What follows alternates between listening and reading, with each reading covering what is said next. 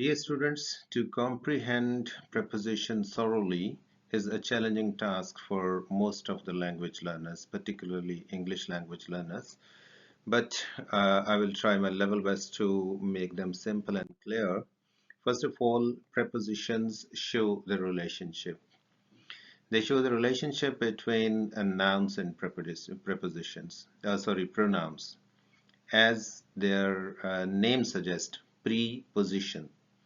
They are placed before some noun or pronoun to show the relationship with some other words in the sentence. For example, the book is on the table. Here, on shows the relationship of book and the table.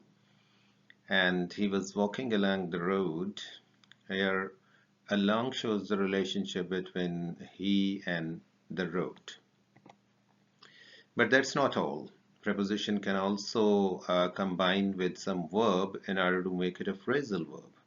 And prepositions with phrasal verbs, when used, they change their particular meaning. For example, called means to ask someone, to make a call someone, etc. When on is added with it, it changes its meaning to go to see someone at their house. He called on me last night means they had come to see to me last night at my house. Similarly, do not look down upon the laborers. Here, down upon as a two-word preposition combining with the verb look, that means to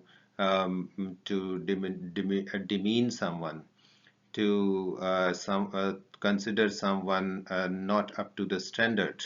So it has the two uses: the showing the relationship between the nouns and pronouns, and phrasing with the verbs. So what type of relationships they show? They show the relationships in terms of direction. For example, she went to the store. Place, it is under the table. It shows the relationship in terms of time. They will be here at 3. There it shows the relationship in terms of cause. The king died of poisoning. Manner, he came by bus. And amount, I can sell it for $10,000. Prepositions go up to more than 100 in number, but probably they can go up to 150 as also. But here is a list of most common words used in our day-to-day conversation. You can have a look on it. You can use them in your own sentences and check if they are correct. And let's have a practice now. I'm experimenting with, for, or on. You have to choose either of the three, a new hairstyle. So I'm experimenting with a new hairstyle. He walked in the room or into the room. Obviously, it is a movement, so he walked into the room. I can't wait on the toys or for the toys. Wait for. I can't wait for the toys. The man accused of killing his wife, yeah, for killing his wife. Obviously, of killing, accused of killing his wife.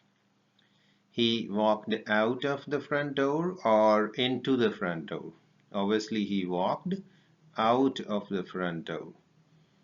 And he started working on 9 a.m. or at 9 a.m. So for time we use at. He started working at 9 a.m.